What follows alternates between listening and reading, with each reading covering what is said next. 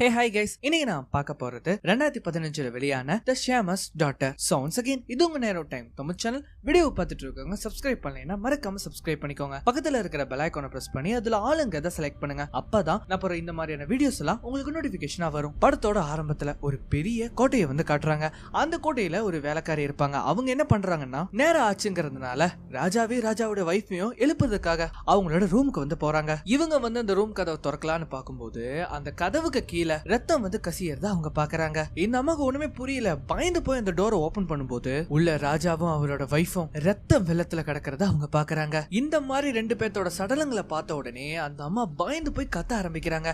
இவங்களோட அலறல் சத்தத்தை கேட்டுட்டு அங்க இருக்கிற சோல்ஜர்ஸ் எல்லாருமே அந்த இடத்துக்கு வராங்க. இப்பதான் ராஜா இறந்து போன விஷயம் அங்க இருக்கிறவங்க எல்லாருக்குமே தெரிய வருது. அந்த ராஜாவோட பையனுமே அங்கதான் இருக்கான். இப்ப இவங்களுக்குள்ள என்ன பேசிக்கிறாங்கன்னா, கண்டிப்பா ஒரு கொலைகாரன் தான் ராஜாவோட வைஃபையும் கொலை பண்ணிருக்கணும். அதனால இந்த கோட்டையோட கதவு எல்லாத்தையும் எவ்வளவு சீக்கிரம் மூட முடியுமோ அவ்வளவு சீக்கிரம் மூடி ஆகணும் அப்படின்னு அவங்க சொல்றாங்க. அப்படி வந்து இவங்க என்ன பண்றாங்கன்னா, அந்த கோட்டையோட எல்லா கதவையும் மூடினதுக்கு அப்புறமா அந்த கோட்டைக்குள்ளேயும் அவங்க செக் பண்ண ஆரம்பிக்கிறாங்க. அந்த மாதிரி செக் பண்ணி பார்க்கும்போது இந்த கறிகடை எல்லாம் இருக்கும் இல்லையா, அந்த இடத்துல வந்து பார்த்தா ராஜாவோட முதல் பையன் மயக்க நிலையில அந்த இடத்துல கிடக்குறான். அவனோட கையில பார்த்தா ஒரு கத்தி இருக்கு. அந்த கத்தியில ராஜாவோட உடம்புல இருந்து கசிஞ்ச ரத்தம் அந்த கத்தியில இருக்கு. இப்ப இதை பார்த்த உடனே எல்லாரும் என்ன முடிவு பண்ணுவாங்க, கண்டிப்பா ராஜாவோட முதல் பையன் தான் ராஜாவே அவங்க வைஃபையும் கொலை பண்ணிருப்பாங்க தானே. அப்படி வந்து நினைச்சது மட்டும் இல்லாம இந்த ராஜாவோட ரெண்டாவது பையன் இருப்பான்ல, இவன் தான் கொலை பண்ணிருக்கான் அப்படின்னு சொல்லி அவனை பிடிச்சி ஜெயிலையுமே போட வைக்கிறாங்க. இப்ப அப்படியே கட் பண்ணா அடுத்த சீன்ல குதிரைக்கு மேல உட்கார்ந்து இருக்கிற ஒரு சின்ன பொண்ணை காட்டுறாங்க. இந்த பொண்ணு தான் நம்ம படத்தோட ஹீரோயின். நம்ம ஹீரோயின் என்ன பண்றாங்கன்னா, பக்கத்துல இருக்கிற ஒரு சின்ன கிராமத்தை சுத்தி பாக்குறதுக்காக போறாங்க. அப்படி வந்து இவங்க அந்த கிராமத்துக்கு போகும்போது அந்த கிராமத்துல இருக்கிறவங்க எல்லாருமே ஹீரோயினை பார்த்த உடனே அவங்களோட தலையை வந்து சாய்க்கிறாங்க. எதுக்காக இங்க இருக்கிற மக்கள் எல்லாருமே நம்ம ஹீரோயினை பார்த்து பயப்படுறாங்கன்னே தெரியல. இப்ப அதுக்கப்புறமா ராத்திரி ஆகுது. நம்ம ஹீரோயினோட வீடு எங்க இருக்குன்னு பார்த்தா ஒரு மலைக்கு பக்கத்துல இருக்கிற காட்டுல தான் இருக்கு. நம்ம ஹீரோயினோட பாட்டி ஒரு சூனியக்காரி. நம்ம ஹீரோயினுக்குமே நிறைய பவர்ஸ் இருக்கு. அதாவது நம்ம ஹீரோயினோட கண்ணு வழியா ஒருத்தங்களை கண்ட்ரோல் பண்ண முடியும். அது மட்டும் இல்லாம அவங்களோட மெமரிஸையுமே இவங்களால ரீட் பண்ண முடியும். இப்ப புரியுதா ஏன் வந்து அங்க இருக்கிற மக்கள் எல்லாருமே நம்ம ஹீரோயினை பார்த்த உடனே அவங்களோட தலைகளை கீழே சாய்க்கிறாங்க. என்ன ஏன்னா அவங்க எங்கேயாவது நம்ம ஹீரோயினோட கண்ணை பார்த்துட்டா அவங்களோட மெமரிஸ் எல்லாத்தையுமே நம்ம ஹீரோயின் ரீட் பண்ணிடுவாங்கன்னு அவங்க பயப்படுறாங்க. அது மட்டும் இல்லாம நம்ம ஹீரோயினோட ஃபேமிலியுமே இந்த விச் ஃபேமிலி, சூனியக்கார ஃபேமிலிங்கிறனால அதனாலயுமே அவங்க பயப்படுறாங்க. சொல்ல போனா நம்ம ஹீரோயினோட ஃபேமிலியில இருக்கிறவங்க எல்லாருமே ரொம்ப நல்லவங்க. இப்ப அதுக்கப்புறமா அடுத்த நாள் காலையில நம்ம ஹீரோயின் கண் முழிச்சு பார்க்கும்போது பக்கத்துல அவங்க அம்மாவை காணோம். அவங்க அம்மா வந்து எங்க இருப்பாங்கன்னா, நம்ம ஸ்டார்டிங்ல ஒரு கோட்டையை பார்த்தோம் இல்லையா, ஒரு பெரிய கோட்டை. அந்த கோட்டையில தான் அவங்க வேலை செஞ்சுட்டு இருக்காங்க. அந்த கோட்டையில இருக்கிற ராஜாவோட ரெண்டாவது பையன் இருக்கான் இல்லையா, அவன் என்ன பண்றான்னா குதிரையை எடுத்துட்டு நேரா நம்ம ஹீரோயினை பாக்குறதுக்காக வரான். அவன் நேரா நம்ம ஹீரோயின் கிட்ட வந்து என்ன சொல்றான்னா, உன்னோட அம்மா இந்த கோட்டையில தானே வேலை பார்த்துட்டு இருக்காங்க, உன்னோட அம்மா உன்னை கூட்டிட்டு வர சொன்னாங்க அப்படின்னு சொல்லும்போது நம்ம ஹீரோயின் அவங்க கூட போறதுக்கு வந்து பயப்படுறாங்க. நம்ம ஹீரோயினுக்கு வந்து பார்த்தா ஒரு அண்ணன் இருப்பான். அவன் என்ன சொல்றான்னா, இந்த கத்தியை வச்சுக்கோ, எதுக்கா இருந்தாலும் இந்த கத்தி உனக்கு பயன்படும், இதை நீ உங்ககிட்டயே பத்திரமா வச்சுக்கோ அப்படின்னு சொல்லிட்டு அவன் கூட வந்து பாத்தீங்கன்னா அவன் அனுப்பி வைக்கிறான். இந்த ராஜாவோட ரெண்டாவது பையன் பீட்டர் அவன் என்ன பண்றான்னா ஹீரோயினை கூட்டிட்டு நேரா அவங்களோட கோட்டைக்குள்ள போறாங்க. சரி, இப்ப எதுக்காக இவன் வந்து நம்ம ஹீரோயினை கூட்டிட்டு வரணும்? ஆக்சுவலி அவங்க அம்மா வந்து இவனை அனுப்பி கூட்டிட்டு வரவே சொல்லியிருக்க மாட்டாங்க. எதுக்காக இவன் வந்து கூட்டிட்டு வரானா, நம்ம ஹீரோயினால ஒருத்தவங்களோட மெமரிஸை வந்து ரீட் பண்ண முடியும். அதாவது அதை வச்சு அவன் என்ன பண்ணலான்னு பாக்குறான்னா, அவனோட அண்ணன் இருக்கா இல்லையா, அதாவது ராஜாவோட கொலை பண்ணிட்டேன் அப்படின்னு சொல்லி ஜெயில தூக்கி போட்டிருப்பாங்கல்ல, அவனோட மைண்டை ரீட் பண்ணி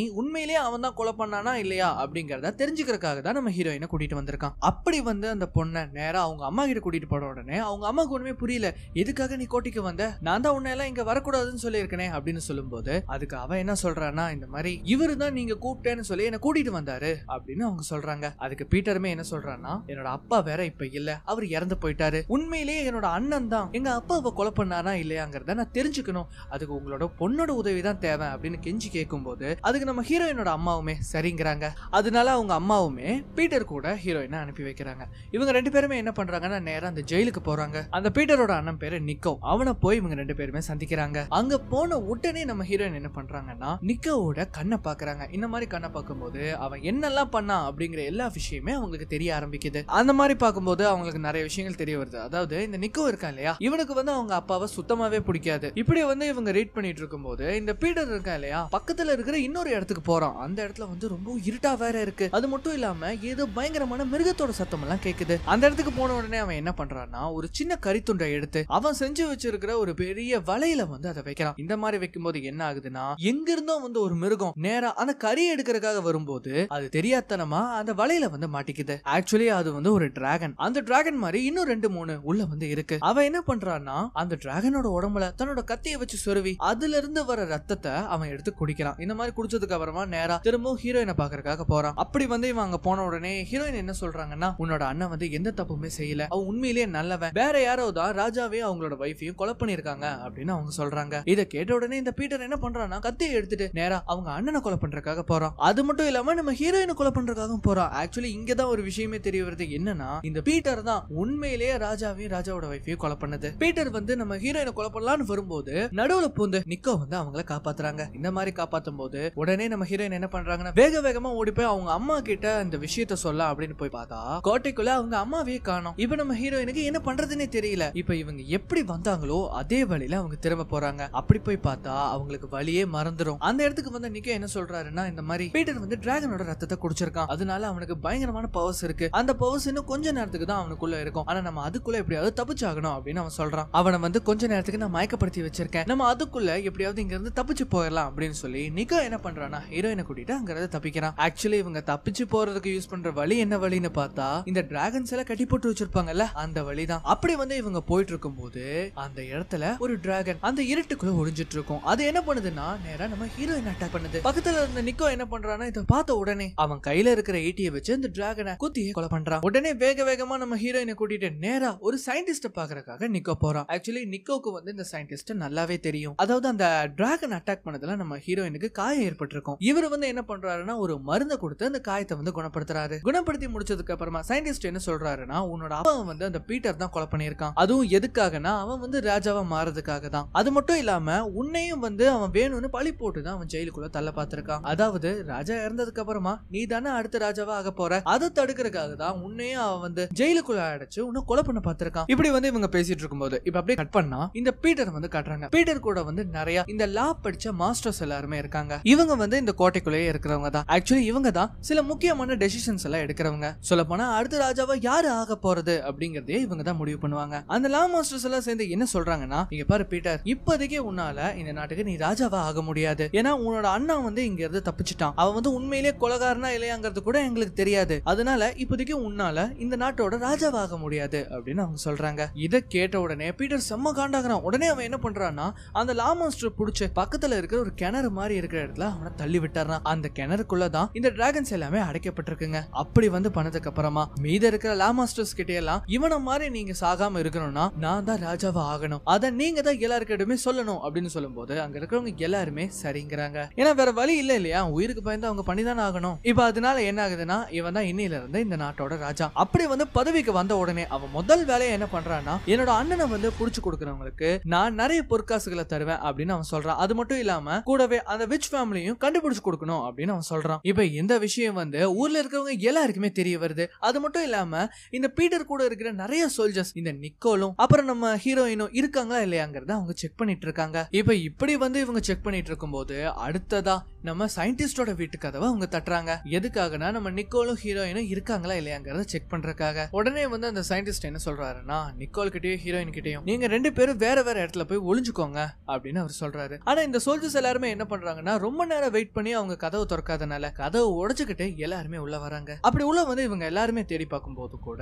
நிக்கோலையும் ஹீரோயினையும் இவங்களால கண்டுபிடிக்கவே முடியல. சரி அப்படின்னா இவங்க இல்ல, அதனால இவங்க இங்க இருந்து கிளம்பிடுவாங்கன்னு பார்த்தா இந்த ஊர்லயே இதுதான் கடைசி வீடு. இந்த கடைசி வீட்டுல கண்டிப்பா ஏதோ ஒரு மூலையில தான் நிக்கோலும் ஹீரோயினும் இருப்பாங்க அப்படின்னு இவங்க நினைச்சிட்டு என்ன பண்றாங்கன்னா இந்த வீட்டையே அவங்க எரிச்சிடுறாங்க. நம்ம ஹீரோயினால ரொம்ப நேரம் அந்த புகையிலே இருக்க முடியல, அதனால அவங்க பயந்து போய் என்ன பண்றாங்கன்னா வேக வேகமா ஓடி வெளியில வந்துடுறாங்க. இப்படி வந்து இவங்க வெளியில வர்றத அந்த சோல்ஜர்ஸ் எல்லாருமே பார்த்து உடனே ஹீரோயினை வந்து பிடிச்சிடுறாங்க. அந்த வீடு வந்து நம்ம சயின்டிஸ்டோட வீடு தானே, கண்டிப்பா சயின்டிஸ்ட்னா நிறைய கெமிக்கல்ஸ் எல்லாம் வச்சிருப்பாரு. இந்த நெருப்பால என்ன ஆகுதுன்னா அந்த கெமிக்கல்ஸ் எல்லாம் வெடிச்சு அந்த வீடே சின்ன பின்னம் ஆயிருது. இதை பார்த்த உடனே ஹீரோயின் அழுக ஆரம்பிக்கிறாங்க. ஏன்னா இவங்க என்ன நினைச்சிருப்பாங்கன்னா கண்டிப்பா நிக்கோல் உள்ள இருந்தான்ல அவன் வந்து இறந்து போயிருப்பான் அப்படின்னு நினைச்சிருப்பாங்க. உடனே இந்த சோல்ஜர்ஸ்மே என்ன பண்றாங்கன்னா ஹீரோயினை கூட்டிட்டு நேரா கோட்டைக்கு வராங்க. இப்ப இவங்க கூட வந்து சயின்டிஸ்டுமே அழைச்சிட்டு போறாங்க. இந்த மாதிரி போகும்போது ஹீரோயினை எப்படியாவது நாம தான் இங்க இருந்து காப்பாத்தி ஆகணும் அப்படின்னு சொல்லி நம்ம சயின்டிஸ்ட் என்ன பண்றாருன்னா கையில இருக்கிற ஒரு கெமிக்கலை அங்கேயே உடைச்சு அந்த இடம் முழுக்க ஒரு புகை மூட்டத்தை அவர் உருவாக்குறாரு. அதனால ஹீரோயின் என்ன பண்றாங்கன்னா வேக வேகமா அங்கிருந்து தப்பிச்சு ஓடுறாங்க. ஹீரோயினை பிடிக்கிறதுக்காக ஏகப்பட்ட சோல்ஜர்ஸ் பின்னாடியே போறாங்க. ஆனா அவங்க யாராலையுமே ஹீரோயினை பிடிக்கவே முடியல. ஆனா அந்த சயின்டிஸ்ட் வந்து வசமா மாட்டிக்கிறாரு. ஹீரோயின் வந்து அங்க தப்பிச்சு எங்க போறதுன்னு தெரியாம ஒரு வண்டிக்கு கீழே வந்து படுத்து கிடக்குறாங்க. அந்த வண்டிக்கு கீழே இந்த நிறைய வக்கல் புல் எல்லாம் இருக்கும். அதுல வந்து இவங்க கொஞ்ச நேரம் படுக்கிறாங்க. அந்த வண்டிக்கு கீழே இன்னொரு பொண்ணுமே அங்க இருக்கா.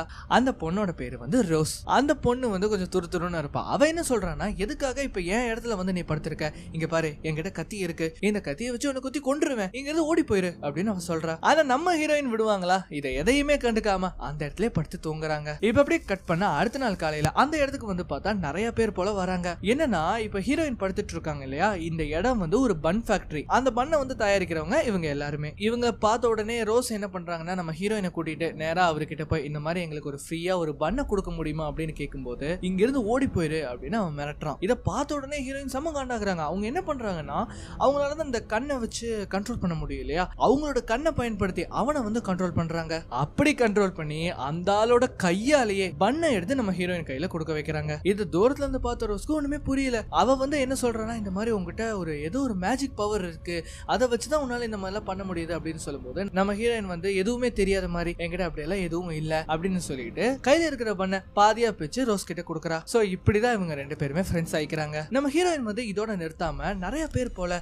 அவங்க வந்து கண்ணை வச்சு கண்ட்ரோல் பண்ணி அவங்களுக்கு தேவையான எல்லா பொருளையும் அவங்க வாங்கிக்கிட்டே இருக்காங்க. இதை பார்த்த உடனே ரோஸ் என்ன சொல்றாங்கன்னா, உண்மையிலேயே உங்ககிட்ட ஏதோ ஒரு பவர்ஸ் இருக்கு அப்படின்னு திரும்ப திரும்ப சொல்லிக்கிட்டே இருக்காங்க. இதெல்லாம் கேட்டதுக்கு அப்புறமா தான் ஹீரோயினுமே அவங்கள பத்தின எல்லா விஷயத்தையும் அவங்க சொல்றாங்க. ஏன்னா, இந்த மாதிரி நான் ஒரு விச் ஃபேமிலியை சேர்ந்தவ, இந்த மாதிரி நான் ஒரு சூனியக்காரி ஃபேமிலியை சேர்ந்தவ அப்படின்னு சொல்லும்போது கூட ரோஸ் வந்து பயந்த மாதிரியே தெரியல. அவங்க வந்து இப்பவுமே நம்ம ஹீரோயினை வந்து ஒரு ஃப்ரெண்டா தான் பார்த்துட்டு இருக்காங்க. இப்போ வந்து அந்த கோட்டையை சேர்ந்த சோல்ஜர்ஸ் எல்லாருமே ஹீரோயினை தேடுறாங்கிற விஷயம் ரோஸ்க்கு தெரிய வருதா. அதனால ரோஸால முடிஞ்ச ஹெல்ப்பை ஹீரோயினுக்கு பண்றாங்க. அவங்க என்ன பண்றாங்கன்னா, நம்ம ஹீரோயினை ஒரு பையன் மாதிரி டிரான்ஸ்ஃபார்ம் பண்றாங்க. அதுவும் அவங்களோட முடியெல்லாம் வெட்டி இந்த கோட்டைக்கு கீழே தான் வந்து நிறைய டிராகன்ஸ் எல்லாம் இருக்கும். அந்த டிராகன்ஸ் எல்லாத்தையுமே இவங்க இப்ப வெளியில கொண்டு வர போறாங்க. எதுக்காகன்னு பார்த்தா ஒண்ணும் இல்ல, இங்க இருக்கிற ஊர் மக்கள் எல்லாருக்கிட்டையும் இந்த மாதிரி டிராகன்ஸ் இருக்கு அப்படிங்கறத காட்டுறதுக்காக தான் அவங்க வெளியில கொண்டு வராங்க. இப்ப இதே இடத்துக்கு ஹீரோயினும் ரோஸுமே அந்த டிராகனை பாக்குறதுக்காக வராங்க. அந்த டிராகனை வந்து வெளியில கொண்டு வரதுக்காக அந்த கொகைக்கு வெளியில ஒரு ஆட்டை வந்து கட்டி நிக்க வைக்கிறாங்க. அப்படி வந்து அந்த ஆடை வந்து வெளியில வைக்கும் போது அடுத்த செகண்டே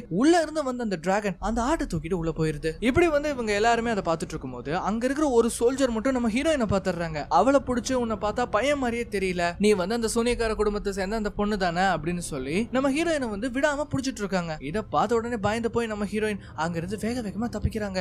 இப்படி வந்து தப்பிச்சு போகும்போது தெரியாதனமா ஒரு சோல்ஜர் மேல மோதி கீழே விழுந்துடுறாங்க. ஆனா அந்த சோல்ஜர் என்ன பண்றாருன்னா, நம்ம ஹீரோயினை பையனாவே முடிவு பண்ணிடுறாங்க. அவர் என்ன சொல்றாருன்னா, இந்த பையன் வந்து ஏதோ ஒண்ணு திருடிட்டு போயிருக்கான், அதனாலதான் இவங்க எல்லாருமே தோத்துறாங்க அப்படின்னு சொல்லி நம்ம ஹீரோயினை வந்து கோட்டைக்குள்ள கூட்டிட்டு போயிடுறாரு. ஆனா அந்த சோல்ஜர் வந்து அப்பதான் நம்ம ஹீரோயினை கையை பிடிச்சு பாக்குறாங்க.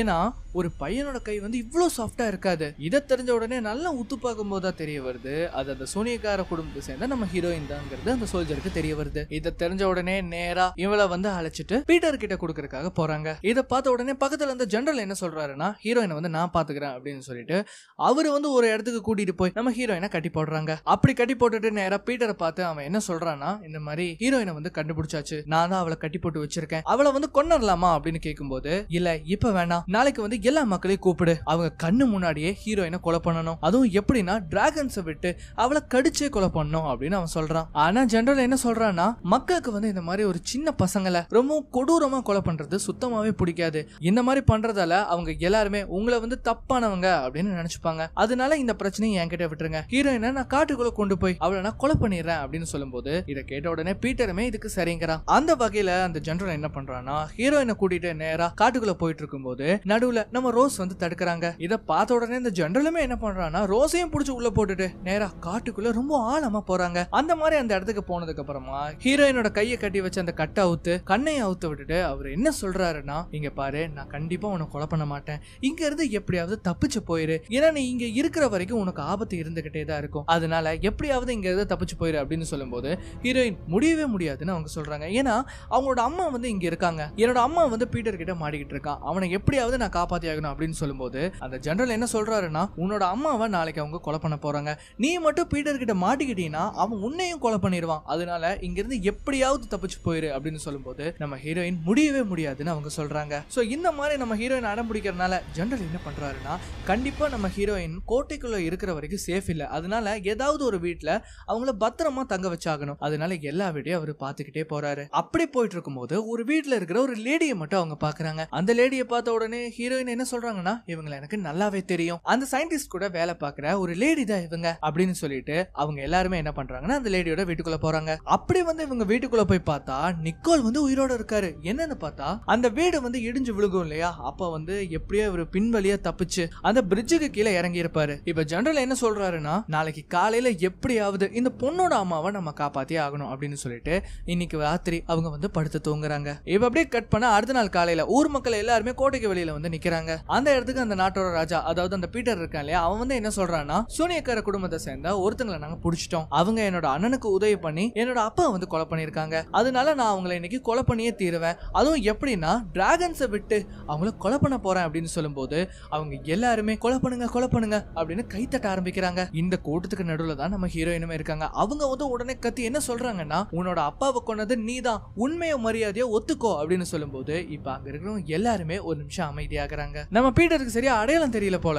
யாரு நீ அப்படின்னு கேட்கும்போது, நானுமே இந்த சூனியக்கார குடும்பத்தை சேர்ந்த ஒருத்தி தான் அப்படின்னு சொன்ன உடனே அங்க இருக்கவங்க எல்லாருமே பயந்து போய் ஒரு ஸ்டெப் பின்னாடி போக ஆரம்பிக்கிறாங்க. ஹீரோயின் வந்து அங்க இருக்கிறவங்க எல்லார்கிட்டயுமே என்ன சொல்றாங்கன்னா, இந்த மாதிரி என்கிட்ட ஒரு பவர் இருக்கு, அதாவது ஒருத்தவங்களோட கண்ணை பார்த்து அவங்க என்னெல்லாம் பண்ணாங்கிறத என்னால சொல்ல முடியும். இதோ இங்க நிக்கிறானே உங்களோட ராஜா, இவன் தான் அவங்க அப்பாவை வந்து கொலை பண்ணிருப்பான் அப்படின்னு நான் நினைக்கிறேன். இதை வந்து உறுதிப்படுத்தணும்னா நான் உன்னோட கண்ணை பார்க்கணும் அப்படின்னு சொல்லும்போது அங்க இருக்கிறவங்க எல்லாருமே ராஜாவை பார்த்து நீங்க உங்களோட கண்ணை இந்த பொண்ணு கிட்ட காட்டுங்க அப்படின்னு கத்த ஆரம்பிக்கிறாங்க. இதை கேட்ட உடனே பீட்டரும் வேற வழி இல்லாம நேரா நம்ம ஹீரோயின் கிட்ட வந்து அவனோட கண்ணை காட்டுறான். இப்ப பீட்டர் என்ன பண்ணிருப்பான்னா, இந்த டிராகனோட ரத்தத்தை குடிச்சிருப்பான். அதனால அவன் ரொம்ப ஸ்ட்ராங்கா இருக்கான். நம்ம ஹீரோயினால சரியா அவங்களோட மைண்டை ரீட் பண்ண முடியல. இதை பார்த்த உடனே பீட்டர் உடனே என்ன சொல்றானா, ஹீரோயினால நான் என்ன பண்ணேங்கிறதே கண்டுபிடிக்க முடியல, ஏன்னா இவங்க மேலதான் தப்பு இருக்கு அப்படின்னு சொல்லி இவங்க ரெண்டு பேர்த்தையுமே அந்த மேடையில அவன் நிக்க வைக்கிறான். எதுக்காகனா டிராகனை விட்டு கொலை பண்றதுக்காக. இந்த மாதிரி அங்க நிக்க வச்சதுக்கு அப்புறமா அந்த டிராகனையும் அவங்க திறந்து விடுறாங்க. ஆனா நம்ம ஹீரோயின் உடனே என்ன பண்றாங்கன்னா, அந்த கூட்டத்துல இருக்கவங்க எல்லாரோட கண்ணையுமே அவங்க பாக்குறாங்க.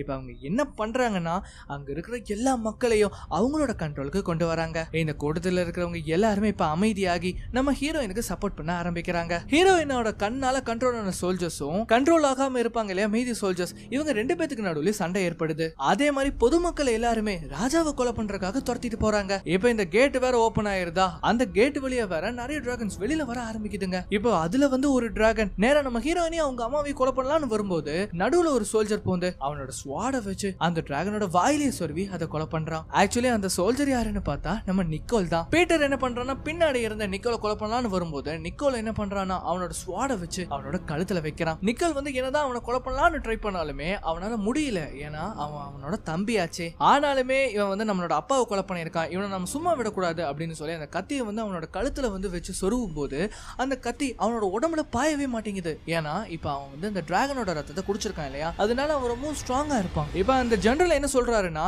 இப்போதைக்கு காப்பாத்தின எல்லாருமே, அதாவது நம்ம சயின்டிஸ்டாக இருக்கட்டும், அந்த நிக்கோலா இருக்கட்டும், ஹீரோயினோட அம்மா, அந்த லேடி, இவங்க எல்லாருமே இங்க இருந்து தப்பிக்க சொல்றாரு. ஏன்னா இப்ப இந்த கீழே இருக்கிற அந்த டிராகன்ஸ் எல்லாமே தப்பிச்சு வெளியில வர ஆரம்பிச்சிருச்சுங்க. கண்டிப்பா இதுங்கனால இவங்களுக்கு ஆபத்து இருக்கு. அதனால இதை கேட்ட உடனே வேக வேகமா இவங்க எல்லாருமே தப்பிச்சு ஓட ஆரம்பிக்கிறாங்க. ஆனா இவங்களை ஃபாலோ பண்ணிட்டு பீட்டருமே கத்தி எடுத்துட்டு உங்க யாரையுமே நான் சும்மாவே விட மாட்டேன் அப்படின்னு சொல்லி துரத்திட்டு போயிட்டு இருக்கான். ஆனா இவங்க எல்லாருமே என்ன பண்றாங்கன்னா, பக்கத்துல இருக்கிற சின்ன போட்ல ஏறி அங்க இருந்து தப்பிச்சிடுறாங்க. இவங்க இங்க இருந்து தப்பிச்சு போனாலுமே இந்த பீட்டரும் மத்த சோல்ஜர்ஸும் இந்த நகரத்திலேயே மாட்டிக்கிறாங்க. மக்கள் எல்லாருமே வேற வேற நகரத்துக்கு தப்பிச்சு ஓடதான் பாக்குறாங்க. ஆக்சுவலி நம்ம பசங்க எல்லாருமே என்ன பண்ணிருப்பாங்கன்னா, மக்களை கூட்டிட்டு நேரா காட்டுக்குள்ள ரொம்ப தூரம் போயிருப்பாங்க. அந்த இடத்தையே இவங்க ஒரு நகரமா மாத்தி அந்த நகரத்துக்கே நிக்கோல் தலைவனாகிறான். இப்படி வந்து இவங்க எல்லாருமே அந்த ராத்திரி ரொம்பவும் ஜாலியா சந்தோஷமா அவங்க கூட வந்து பேசி சிரிச்சுட்டு இருக்கிறதோட இந்த படம் வந்து முடிவடையுது.